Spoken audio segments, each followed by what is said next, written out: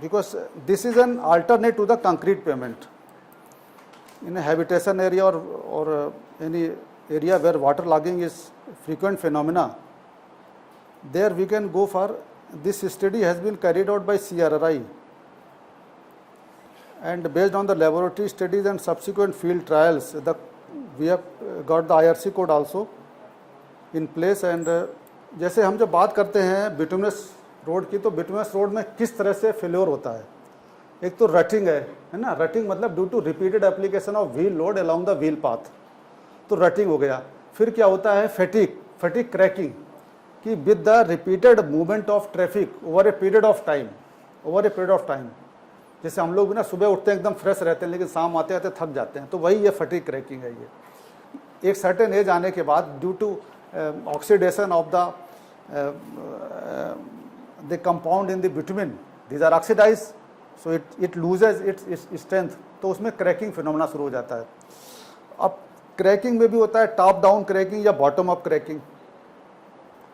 पहले जो पूरा कॉन्सेप्ट था वो बॉटम अप क्रैकिंग की बात करते थे, कि नीचे से क्रैक नीचे से डेवलप होते हैं at the interface of granular layer और बिटुमिनस लेयर, और वो प्रोपोगेट होकर ऊपर जाते हैं। आजकल इतने एक्सेसिव ओवरलोडिंग हो गई है ट्रकों में, 60 टन 80 टन के ट्रक जाते हैं, तो टॉप से भी क्रैकिंग शुरू हो गई है। तो टॉप डाउन क्रैकिंग भी है, बॉटम अप क्रैकिंग भी है, तो but that is somehow related with the fatigue cracking only. तो rutting, fatigue cracking and moisture induced damages, तो ये 3 तरह की बेसिकली समस्याएं आती हैं फ्लेक्सिबल पेमेंट्स में। तो जहाँ पर मॉइस्चर इंड्यूस्ड डैमेज ज़्यादा है, तो वहाँ पर पहले क्रैकिंग होगा, फिर उसमें पानी जाएगा, फिर फर्दर डिसइंटीग्रेशन होगा।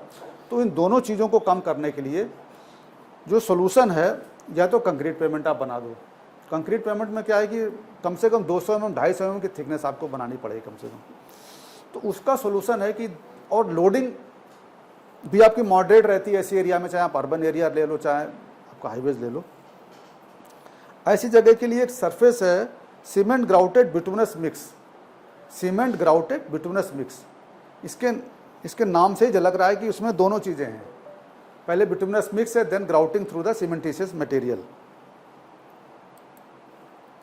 तो ये 2 कंपोनेंट में होती है। Cement grout bituminous mix is in 2 parts.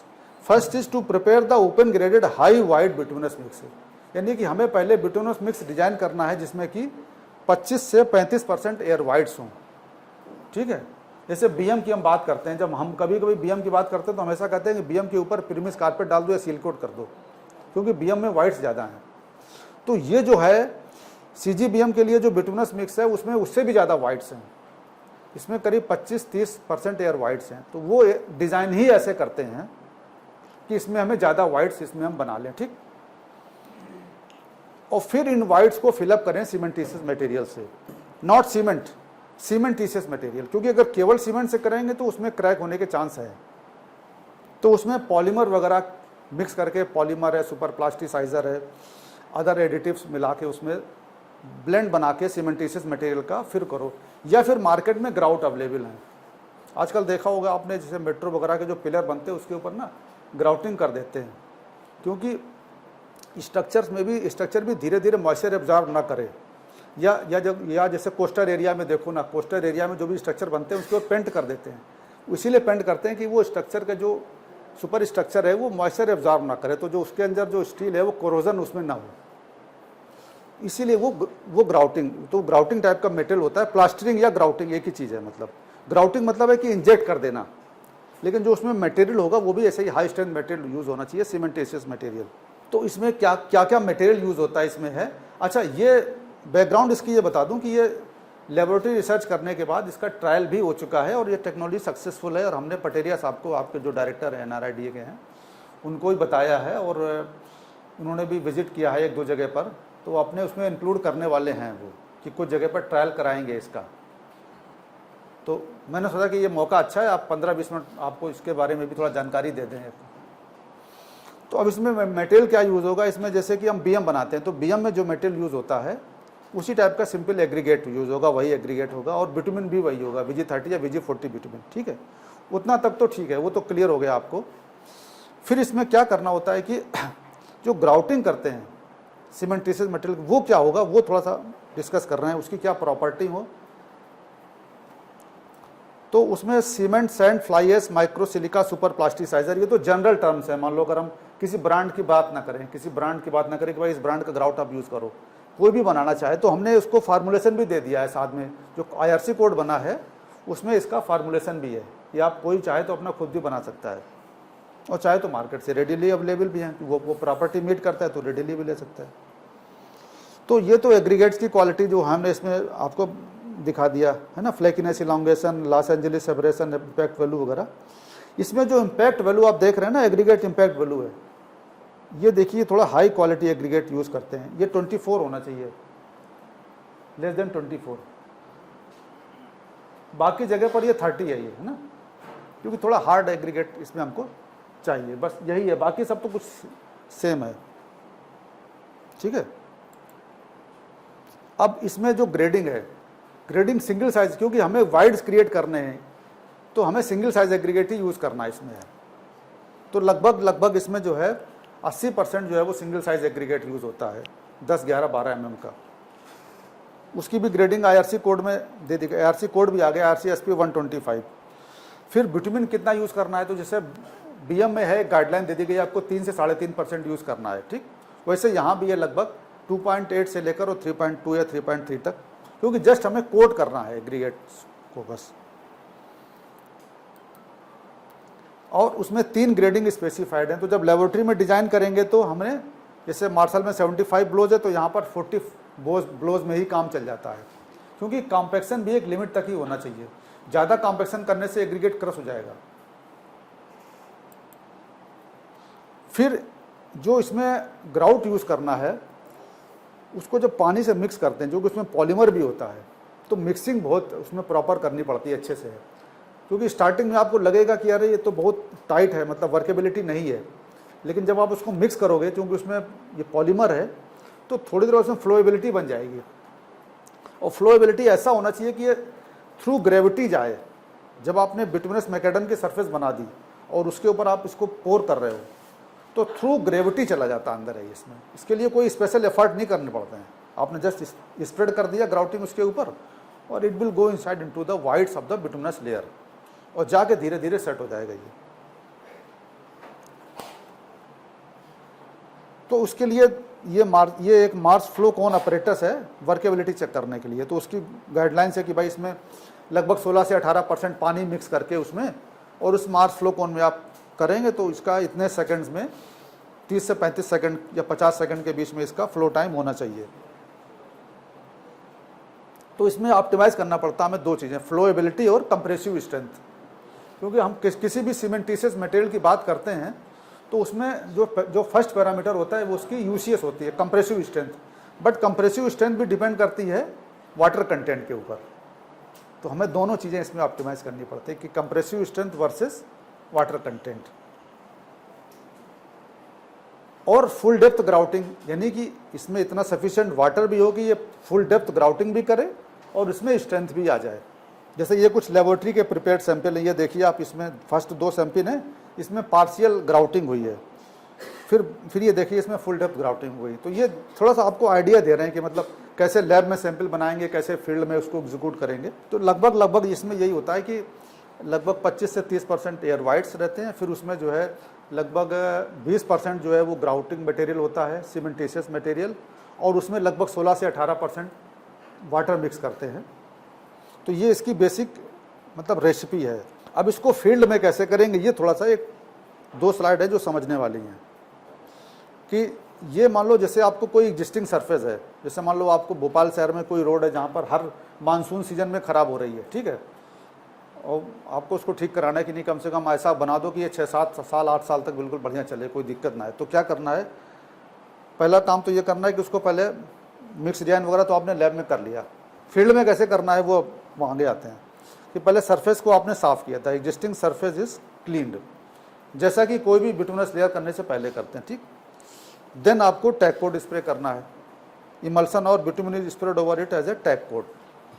Then comes the layer of open graded hard white bituminous mix is then laid using the paver and compacted with smooth wheel roller। जैसे BM को करते हैं वैसे इसमें भी mix को plant से बना के लेके आए, उसको हमने ले किया और पेवर से ले किया और कॉम्पैक्ट किया, विद स्मूथ व्हील्ड रोलर। इसमें ना हम PTR यूज़ करते हैं, ना इसमें वाइब्रेटरी रोलर यूज़ करते हैं, ठीक, क्योंकि सिंगल साइज एग्रीगेट है, जस्ट आपस में वो हमें केवल उसमें प्रॉपर बॉन्डिंग देना है, ठीक है, और 4-5 पास में काम चल गया।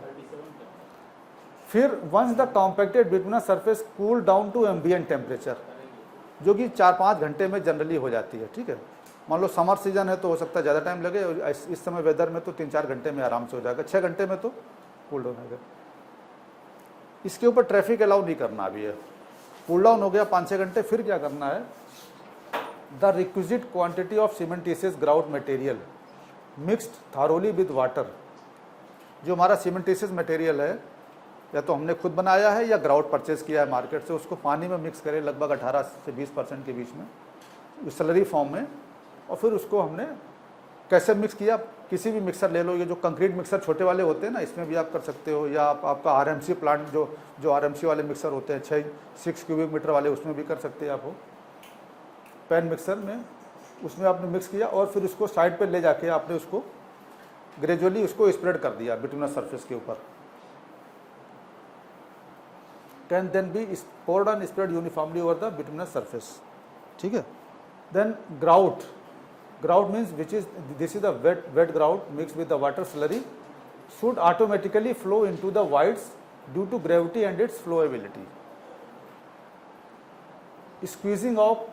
Sweeping or squeezing or other such simple techniques, mechanized brooms process can be adopted to accelerate the process of grout penetration.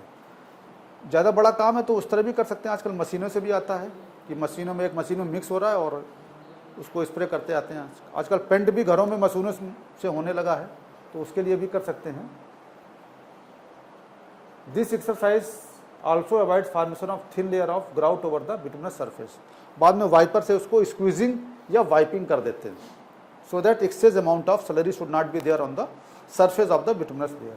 Then grout surface is allowed to set for 1 day and then open for traffic. यानी कि अगर हम concrete road बनाने जाएंगे तो कम से कम हमको 28 दिन के लिए तो ट्रैफिक बंद करना पड़ेगा, थिकनेस भी बहुत ज़्यादा होगी, ठीक है। तो उसका ये बहुत वायबल अल्टरनेटिव अच्छा सोल्यूशन है, और हम 1 दिन के बाद इसमें जो है वो आराम से ट्रैफिक ओपन कर सकते हैं। तो मैक्सिमम इसमें 2 दिन का, जैसे फर्स्ट डे जब कंस्ट्रक्शन हुआ और 1 दिन क्यूरिंग का हुआ, तो दो दिन तक हम इस बाद इसमें आराम से ट्रैफिक ओपन कर सकते हैं।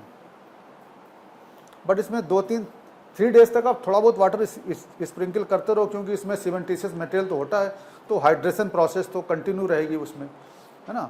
तो 2-3 दिनों तक आपको हल्का फुल्का स्प्रिंकल कर दो वाटर से, बस दैट्स ऑल। तो ये कुछ फोटोग्राफ्स हैं, मैं आपको बता रहा हूँ। जैसे कि ये 2 रोड हमने आइडेंटिफाई की थी सूरत में, इन दोनों रोड्स पे करना था। तो पहले इसमें ये कंस्ट्रक्शन किया, देखिए ये जो है ना, ये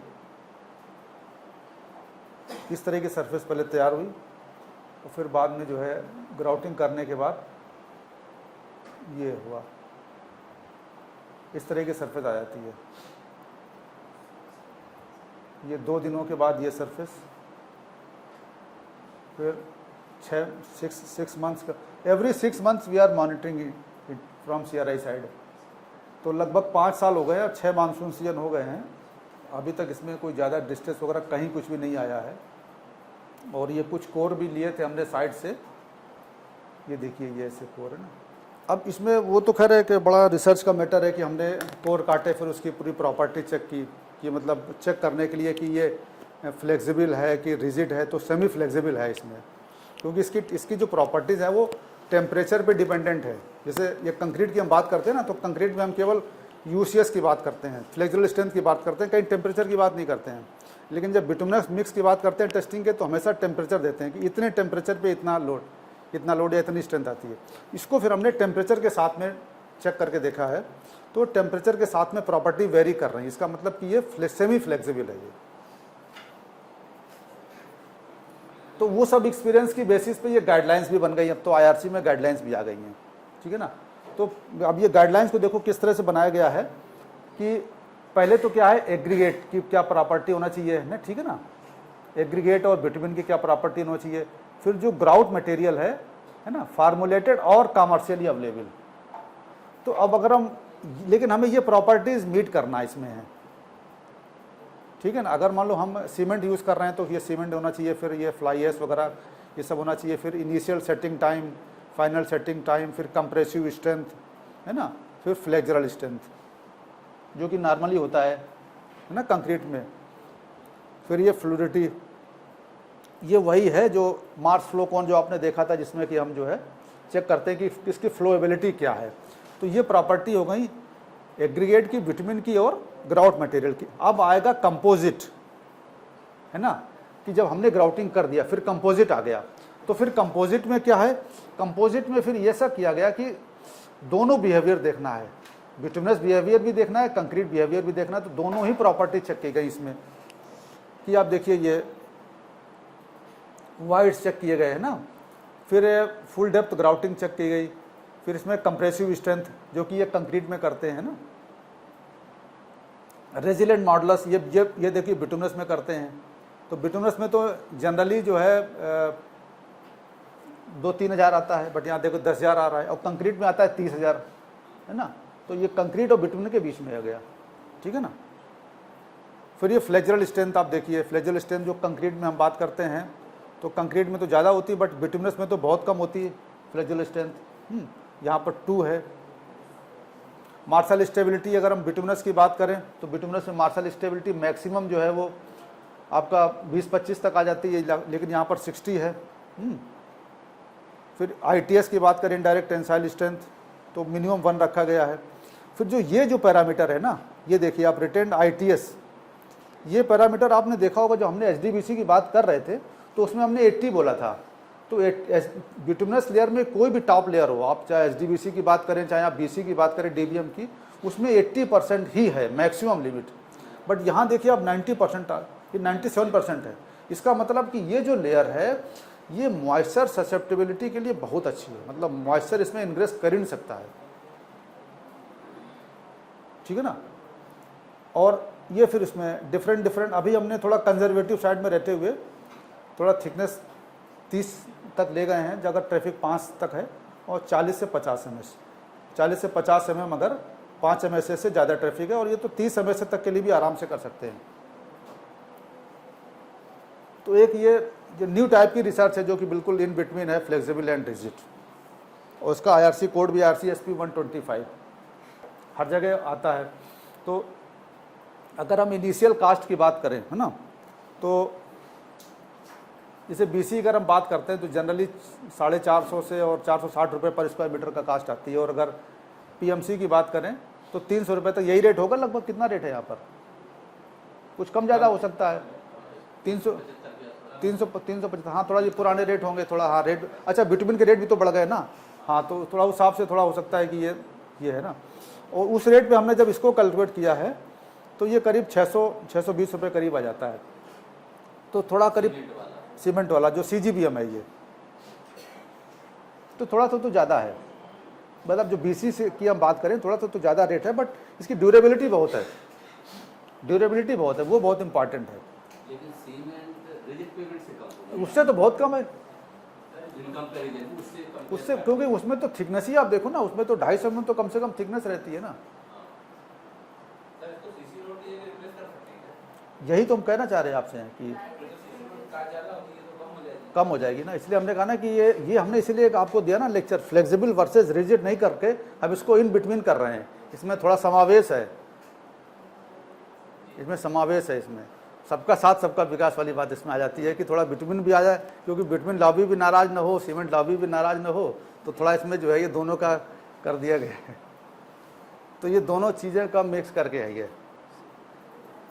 फिलहाल तो इसको मतलब एटलीस्ट कुछ जगह तो इसको आप लोग करिए इसको।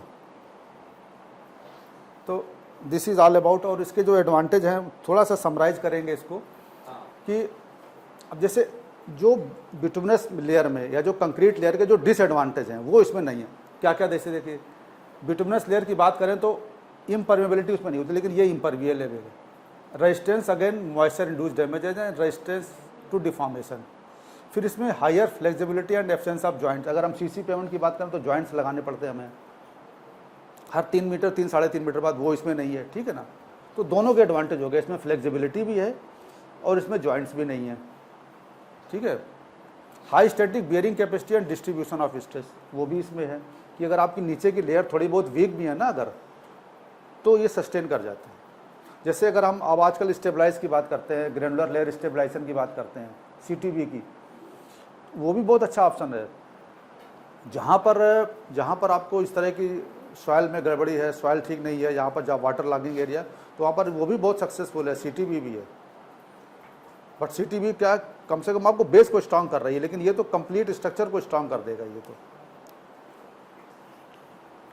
फिर इसमें टेम्परेचर का भी बहुत ज़्यादा इफेक्ट नहीं पड़ता है। जैसे मान लो बिटुमिनस मिक्सेस में क्या होता है, कहीं ब्लीडिंग हो जाती है, कहीं रटिंग हो जाती है, तो वो सब भी इसमें नहीं होता है।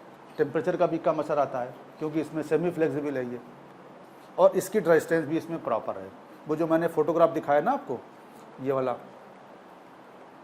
ये तो इसमें इसकी रेजिस्टेंस भी प्रॉपर चेक करते रहते हैं, तो प्रॉपर इसकी रेजिस्टेंस भी है इसमें। कि जैसे CC पेमेंट में क्या टेक्सचरिंग करना पड़ता है, आपको पता ना, इसमें टेक्सचरिंग करना पड़ता है और फ्रीक्वेंटली करना पड़ता, नहीं तो उसमें स्किडिंग की प्रॉब्लम आ जाएगी। तो इसमें टेक्सचरिंग नहीं करना पड़ता है, तो इसमें टेक्सचरिंग नहीं करना पड़ेगा आपको, इसमें जॉइंट कट नहीं करने पड़ेंगे इसमें आपको, तो वो सब चीज़ें इसमें एडवांटेजेस हैं सर। हाँ, इसका तो ये एक्चुअली गुजरात में तो काफ़ी जगह अभी ये बन रही रोड है, जिससे मतलब सूरत में तो शुरू किया गया था, लेकिन अभी ये बड़ौदा में भी इसका सेक्शन 1 पड़ने वाला है, वलसाड़, वापी सब जगह पर हो रहा है। दिल्ली PWD में 1-2-2.5 किलोमीटर का रोड होने वाला है, इसको UP गवर्नमेंट में भी बात कर रहे हैं, वहाँ भी चालू करा रहे हैं इसको, क्योंकि ये एक्चुअली जैसे आपने सूरत का बताया 100 मीटर के लिए, हाँ, ज़्यादा लंबाई का भी करते नहीं हैं? नहीं, मतलब ट्रायल में तो ऐसा करते हैं। ट्रायल में पहले जो है ना, ट्रायल हम लोग 100-200 मीटर के ही डालते हैं कि एक बार इस्टेब्लिश कर लें। अब कम से कम 5-6 साल हो चुके हैं, 6 मानसून सीजन हो चुके हैं, तो अब ये इस्टेब्लिश हो गया है कि चलो हाँ, ये टेक्नोलॉजी ठीक से काम करेगी ये। नहीं, पहले थोड़ा ये रहता ना कि पता नहीं करे कि ना करे, क्या प्रॉब्लम आए। जैसे इसमें सबसे पहला प्रिंसिपल तो ये था कि इसमें इसकी रेजिस्टेंस प्रॉपर आएगा कि नहीं आएगा, तो वो चीज़ है। क्योंकि CC पेमेंट में ये भी तो, अब इसमें क्यों ऐसा होता है, क्योंकि जो आप सैलरी डाल रहे हो ना, वो सैलरी तो अंदर चली जा रही है ना, वो तो सरफेस पे तो है नहीं। और सरफेस पे अगर एक थिन लेयर आती भी है ना, जैसे केक के ऊपर आइसिंग आती है, तो वो धीरे धीरे चिप ऑफ हो जाती है सरफेस के ऊपर से, तो सरफेस हल्का हल्का ना आपका वैसे एग्रीगेट ही एक्सपोज रहते हैं इसमें, तो वो स्किडिंग रेजिस्टेंस भी इसमें प्रॉपर है।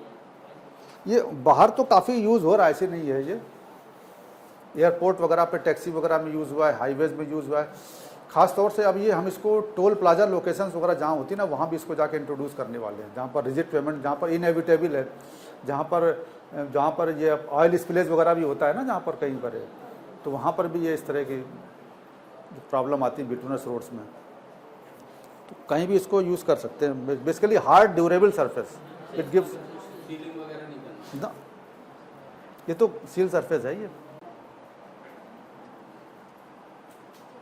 फिर ये देखिए ग्राउटिंग जो है ना, ये प्रोसेस है, ये देखिए इसमें देखिए अंदर जा रहा है ये ग्राउट ऑटोमेटिकली इसमें विद द ग्रेविटी ओनली।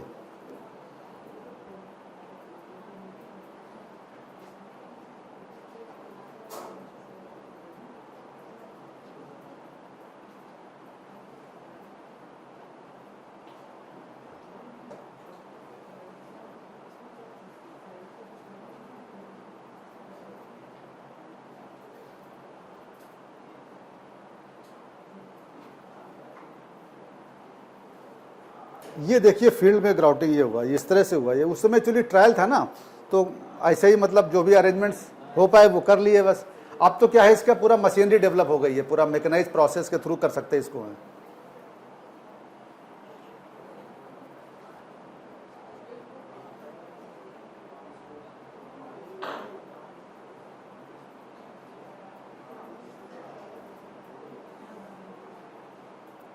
फिर इसमें FWD टेस्ट भी कर लिया, वो जो कोर निकाले उसके अलावा FWD टेस्ट भी किया to find out the actual strength.